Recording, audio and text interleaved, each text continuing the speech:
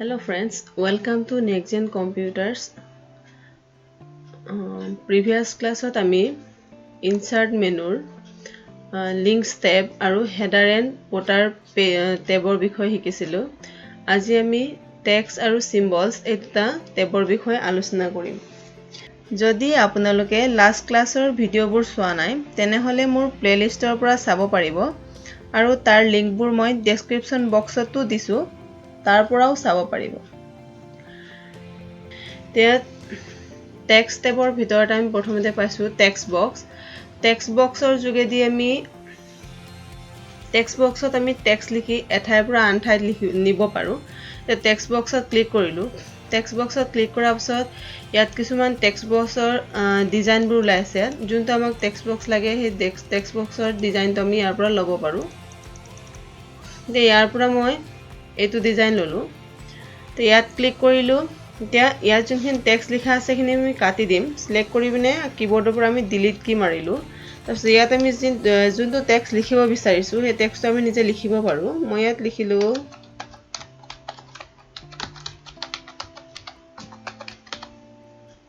এনেকে লিখিলো। লিখাৰ পিছত আমি টেক্সট বক্সটো কেনেকে এঠাইৰ পৰা আমি আন ঠাইত নিব পাৰো এনেকে। যদি আমি ইয়াত নিব লাগে এনেকে তে টেক্সট বক্সটোৰ ওপৰত ক্লিক কৰিলে মানে টেক্সট বক্সটোৰ ওপৰত ক্লিক কৰি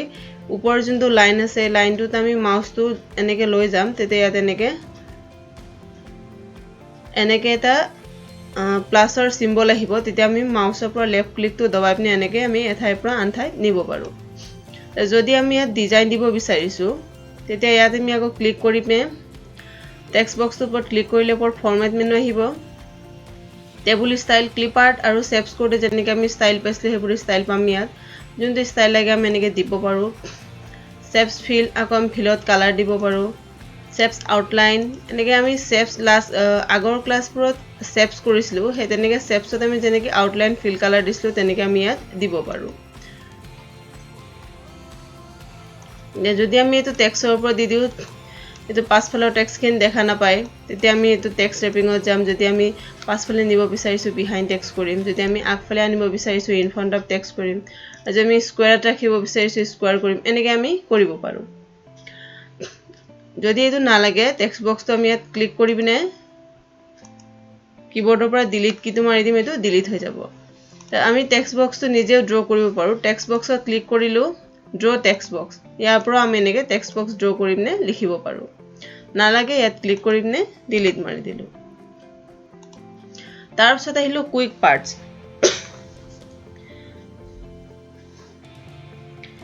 কুইক পাৰ্টছত আমি এব্ৰিভিয়েশ্যন ৱৰ্ড বনাই ইয়াক ফুল ফৰ্মত কনভাৰ্ট কৰিবলৈ ব্যৱহাৰ কৰোঁ। কুইক পাৰ্টত ইয়াত CPU আৰু ৰেমৰ ফুল ফৰ্মটো লিখা আছে। এতিয়া ইয়াত আমি কেনেকৈ কুইক পাৰ্টত সেটিং কৰিম সেইটো আমি কৰিব লাগে। এতিয়া ইয়াত সিলেক্ট কৰিম।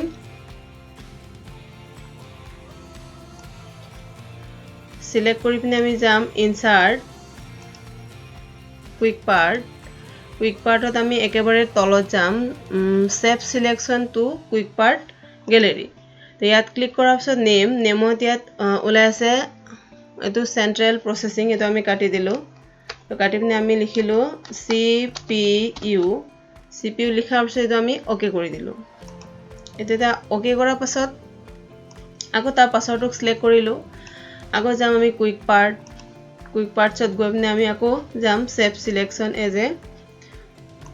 সিলেকশ্যন টু কুইক গেলেৰী। আকৌ ইয়াত লিখিলো ৰেম।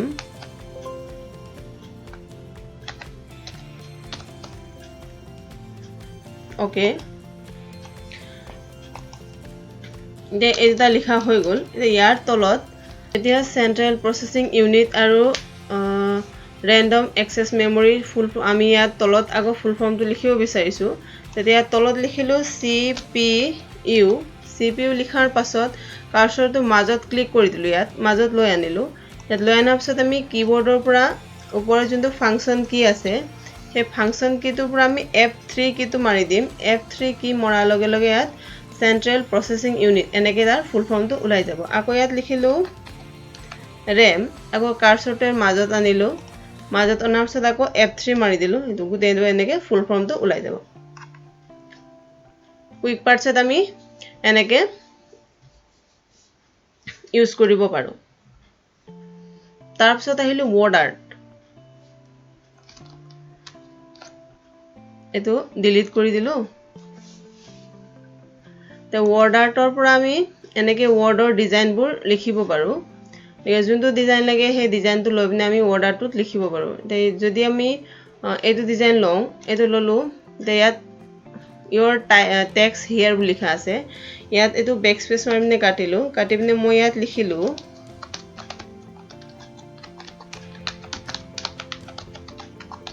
নেক্সট জেন কম্পিউটাৰ্ছ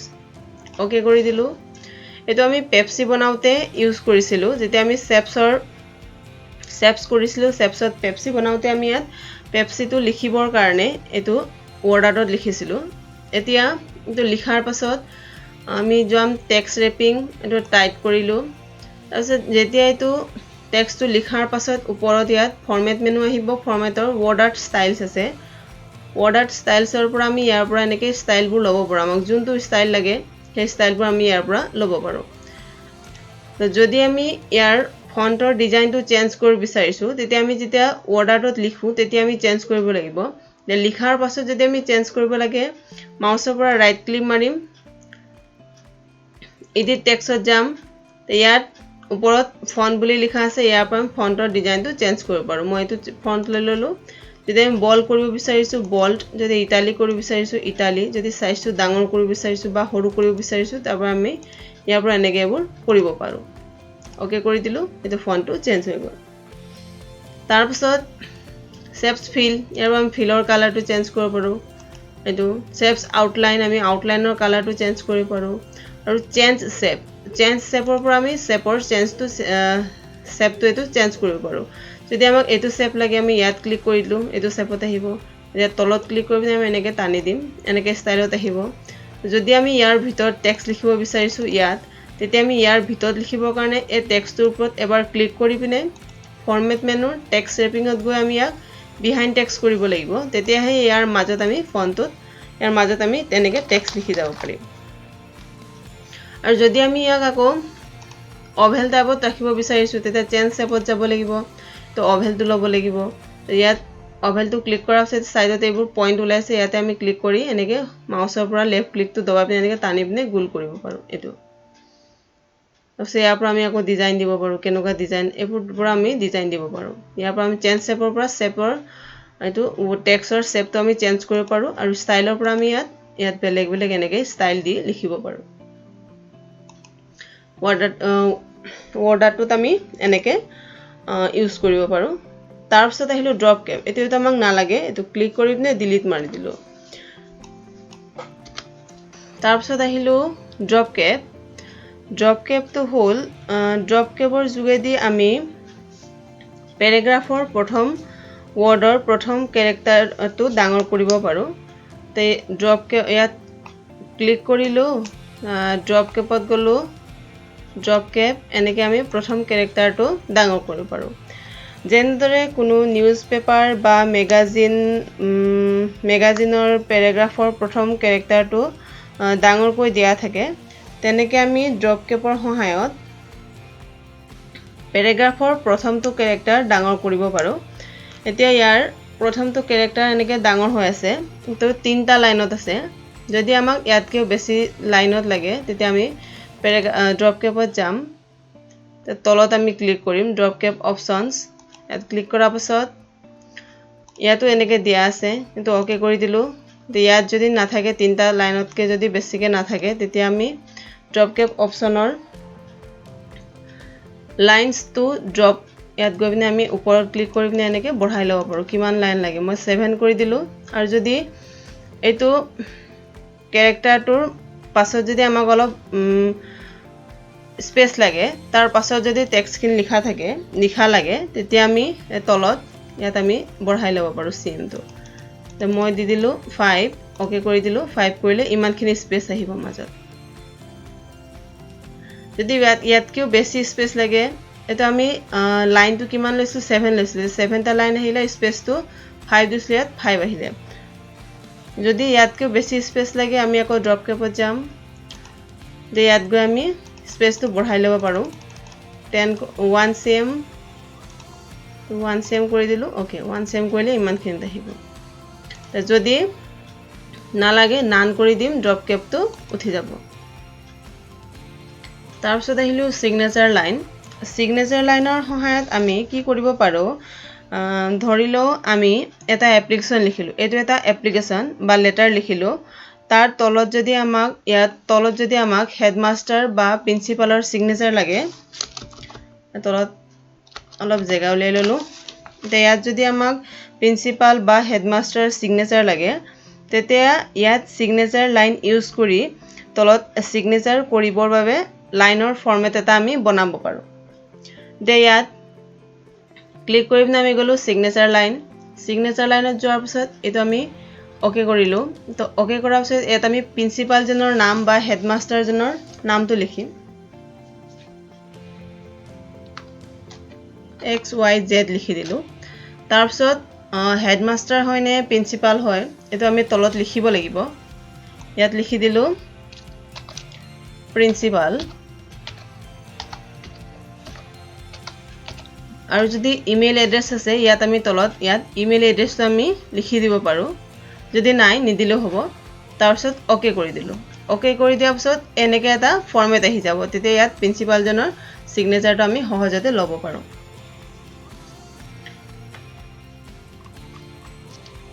তাৰ পিছত আহিলো date and time date and টাইমত কি হয়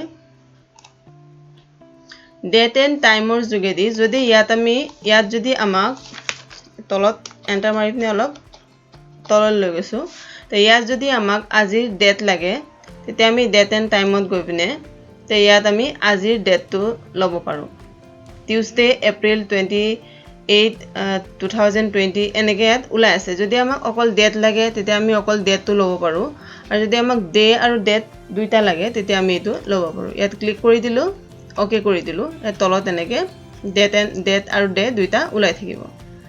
তাৰ পিছত আহিলো অবজেক্টটো হ'ল যদি কোনো এটা প্ৰগ্ৰাম ওপেন কৰি তাৰ তলত কিবা এটা বনাই ডাইৰেক্টলি ৱৰ্ডত আনিব বিচাৰিছো যদি ডাইৰেক্টলি ৱৰ্ডত আনিব বিচাৰিছো তেতিয়া আমি অবজেক্টৰ সহায়ত আনিব পাৰো যে অবজেক্টৰ আমি এই সাইডত ক্লিক কৰি পিনে অবজেক্টত যাম অবজেক্টত ক্লিক কৰি পিনে তে আমি কোনটো প্ৰগ্ৰামৰ পৰা আনিব বিচাৰিছো সেই প্ৰগ্ৰামটো আমি খুলিব লাগিব যদি আমি ইয়াত পেইন্ট এটা ড্ৰ কৰি পিনে আনিব বিচাৰিছো তেতিয়া আমি পেইন্ট প্ৰগ্ৰামটো খুলিব লাগিব বা আমি যদি ফটোশ্বপৰ এটা ফটোশ্বপত আমি এটা ফটো বনাই পিনে আনিব বিচাৰিছো তেতিয়া আমি ফটোশ্বপটো খুলিব লাগিব ইয়াত আমি প্ৰগ্ৰামটো বিচাৰিম তে মই ললো বিটমেপ ইমেজ ইয়াত ক্লিক কৰিলো ওকে কৰিলো তেতিয়া এটো হ'ল পেইন্টৰ প্ৰগ্ৰাম এটো ইয়াত ক্লিক কৰিছে তেনেকৈ পেইন্টটো খুল খাই যাব এটো আমি এই সাইডত ইয়াত ক্লিক কৰি পিনে এনেকৈ টানি পিনে লেফট ক্লিকটো দবাই পিনে এনেকৈ টানি পিনে ডাঙৰ কৰিব পাৰো তে ইয়াত আমি পেন্সিল লৈ পিনে এনেকৈ ড্ৰ কৰিলো এনেকৈ আমি কিবা এটা ড্ৰ কৰিলো ড্ৰ কৰাটো আমি যোনটো ৱৰ্ডৰ ফাইল খুল খাই আছে ইয়াত আমি নিব লাগে তেতিয়া এটো আমি সেভ কৰিব নালাগে আমি আকৌ তো আমি ড্ৰ কৰাৰ পাছত ওপৰত ক্লোজ কৰি দিম ক্লোজ কৰি দিয়াৰ পাছত এটো যোনটো আমি ৱৰ্ডৰ ফাইল খুলি থৈছিলো ইয়াত এনেকৈ আহি যাব কিন্তু এনেকৈ আমি ড্ৰ কৰি দিয়া বস্তুটো ইয়াত ওলাই যাব আমি অবজেক্টৰ সহায়ত এনেকৈ আনিব পাৰো তে আমি আকৌ ফৰমেটত যাম ফৰমেটত যোৱাৰ পাছত যদি আমি ইয়াক আমি যদি টেক্সট ৰেপিং কৰিব বিচাৰিছো ইয়াত আমি এনেকৈ বিহাইণ্ড টেক্সট কৰিব পাৰিম তেতিয়া ইয়াক আমি এনেকৈ ক্লিক কৰি পিনে এনেকৈ টেক্সটৰ পাছতো দিব পাৰিম এনেকৈ আমি কৰিব পাৰো যদি নালাগে আমি ক্লিক কৰি পিনে ডিলিট কৰি দিম অবজেক্টৰ সহায়ত এনেকৈ আমি আনিব পাৰো যদি আমি ফটোশ্বপত পৰা যদি আমি ফটোশ্বপত ড্ৰ কৰি পিনে যদি ৱৰ্ডত আনিব বিচাৰিছো বা যদি পেইন্টৰ পৰা আনিব বিচাৰিছো তেনেকৈ আমি সেইখিনি আমি অবজেক্টৰ সহায়ত আনিব পাৰিম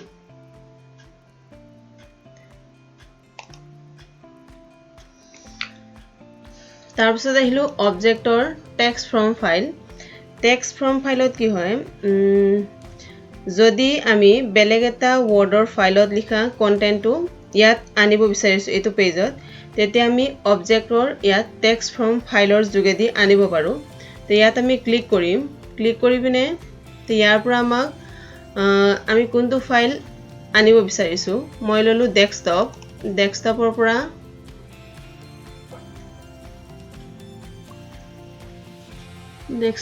মই এইটো লৈছো ইনসাৰ্ট মেনু বুলি লিখা ফাইলটো ইনসাৰ্ট মেনুত ক্লিক কৰি পিনে আমি ইনসাৰ্ট কৰিলো তে ইনসাৰ্ট মেনুত কি লিখা আছে হে পেজটো ইয়াত ডাইৰেক্ট গুছি আহিব যোনখিন টেক্সট লিখা আছে হেতু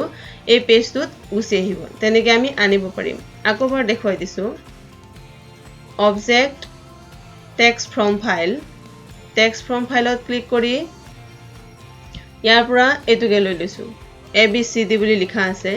ইনসাৰ্ট কৰি দিলো এটো ABCD টো যোনটো লিখা আছিল হেতু ইয়াত এনেকে গুছি আহিব এই ফাইল এই যোনটো ৱৰ্ডৰ আমি ফাইল খুলি থৈছো ইয়াতে গুছি আহিব এনেকে তেনেকে আমি অবজেক্টত ক্লিক কৰি ইয়াত টেক্সট ফ্ৰম ফাইলৰ পৰা আনিব পাৰো এখিনি আছিল টেক্সট টেবৰ বিষয়ে আজি আমি এখিনি টেক্সট টেবৰ বিষয়তে শিকিলো তাৰ পিছত আহিলো সিম্বলছত আছে এটো ডিলিট কৰি দিছো কিবোৰ্ডৰ পৰা কন্ট্ৰোল A সিলেক্ট কৰি ডিলিট মাৰি দিলো তাৰ পিছত আহিলো সিম্বলছত আছে ইকুৱেচন আৰু ইকুৱেচনৰ যোগেদি আমি সাইন্সত আমি যোনবোৰ ফৰ্মুলা পাও সাইন্সত বা মেথছত সেই ফৰ্মুলাবোৰ ইয়াত আমি সহজতে আনিব পাৰো ইকুৱেচনত যোৱাৰ পিছত ইয়াত কিছুমান ফৰ্মুলা আছে যোনটো ফৰ্মুলা লাগে ইয়াত আমি ক্লিক কৰি পিনে ইয়াত এনেকে আনিব পাৰো যদি আমাক আকৌ বেলেগ এটা ফৰ্মুলা লাগে এন্টাৰ মাৰি দিলো আকৌ ইনসাৰ্ট ইকুৱেচনত গলো এটো ফৰ্মুলা ইয়াত আনিলো এনেকে আমি ফৰ্মুলাটো আনিব পাৰো আৰু যদি আমি ইয়াত নথকা ফৰ্মুলা বিচাৰিছো তেতিয়া আমি ইয়াত যোনটো ফৰমেট বুলি ডিজাইন বুলি এটা মেনু আহিছে ইয়াৰ পৰা আমি হেবোৰ বিচাৰি পিনে লব পাৰো ইকুৱেচনত ইমানে আছে তাৰ পিছত আহিলো সিম্বলত ইয়াত আমি কিছুমান সিম্বল পাইছো যদি আমি কিছুমান সিম্বল কিবোৰ্ডো আছে যদি আমি কিবোৰ্ডত নথকা সিম্বলবোৰ বিচাৰিছো তেতিয়া আমি সিম্বলছত যাব লাগিব যদি আমাক ইনটু সিম্বল লাগে তেতিয়া আমি ইনটু সিম্বলটো ললো ইয়াত ইনটু সিম্বলবোৰ আহিব যদি আমাক টেলিফোনৰ সিম্বল লাগে ইয়াতে টেলিফোনৰ সিম্বলটো আহিব যদি আমাক বুকৰ সিম্বল লাগে তো আমি বুকৰ সিম্বল এনেকৈ আমি সিম্বলবোৰ আনিব পাৰো এই সিম্বলবোৰ যদি ইয়াত নথকা সিম্বল লাগে তেতিয়া আমি মোৰ সিম্বলছত যাম মোৰ সিম্বলছত যোৱাৰ পিছত ইয়াৰ পৰা আমাক ধৰিলো আমি কেটৰ সিম্বল লাগে তো কেট ললো যিমানবোৰ লাগে আমি হিমানবাৰ ইয়াত ইনসাৰ্ট কৰি যাব লাগিব যিমানবাৰ আমি ইনসাৰ্ট কৰি যাম হিমানবাৰ এনেকে সিম্বলটো উলাইলে গৈ থাকিব তাৰ পিছত আকৌ যদি ইয়াত নথকা সিম্বলবোৰ লাগে তেতিয়া আমি ফন্টত গৈ এনেকে ফন্টটো চেঞ্জ কৰিব লাগিব তে ফন্টটো চেঞ্জ কৰিলো এটো ফন্ট ললো ইয়াতো কিছুমান এটো পেন আছে পেনৰ সিম্বল আমি লব পাৰো এনেকে টেলিফোনৰ সিম্বল এনেকে যদি আমি সিম্বলবোৰ আমাক লাগে তেতিয়া আমি সিম্বলবোৰ আনিব পাৰো আৰু যদি আমি ইয়াতো বিচাৰি নাপাও তেতিয়া আমি এনেকে ফন্টবোৰ চেঞ্জ কৰি যাব লাগিব ফন্টবোৰ চেঞ্জ কৰি গলে আমাক যোনটো সিম্বল লাগে সেই সিম্বলবোৰ আমি এনেকে লব পাৰো এনেকে এই সিম্বলবোৰ এনেকে আমি লব পাৰিম ক্লোজ কৰি দিলো এনেকে আমি সিম্বলস আৰু টেক্সট ইউজ কৰিব পাৰো আজি ক্লাসটো ইমানে আছিল নেক্সট ক্লাসত আমি পেজ লেআউটৰ বিষয়ে আলোচনা কৰিম যদি আপোনালোকে মোৰ চেনেলত প্ৰথমবাৰ আহিছে তেন্তে প্লিজ মোৰ চেনেলটোক সাবস্ক্ৰাইব কৰিব আৰু যদি ভিডিওটি ভাল লাগে লাইক কমেন্ট আৰু শেয়াৰ কৰিব ধন্যবাদ